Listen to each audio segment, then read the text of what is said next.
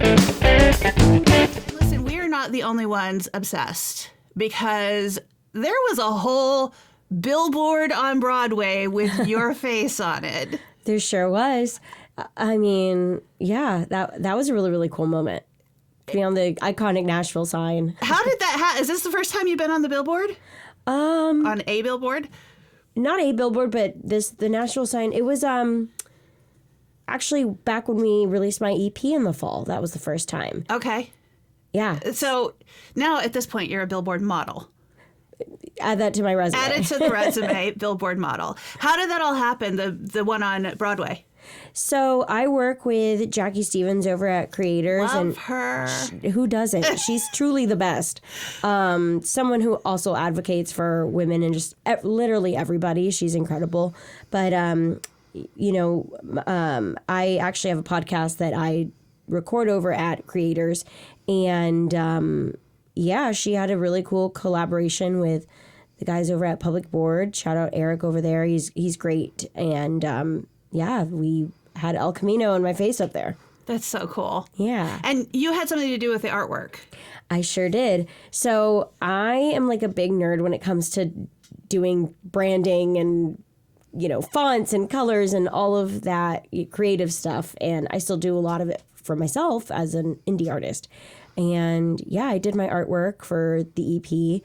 And I'm a major overthinker. Anybody who knows me knows this. And it's kind of funny because I sat with that artwork for the longest time. I was like, I love it, I hate it, I love it, I hate it.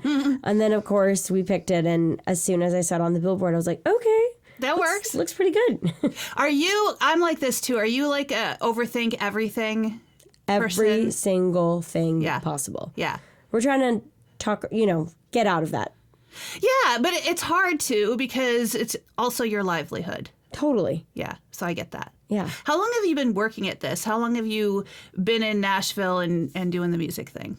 So I've been in Nashville for going on 9 years, which is just so crazy.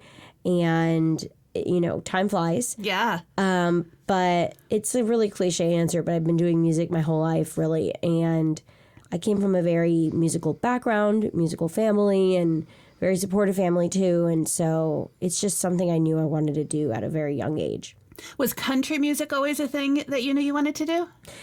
Funny enough, yes, it was.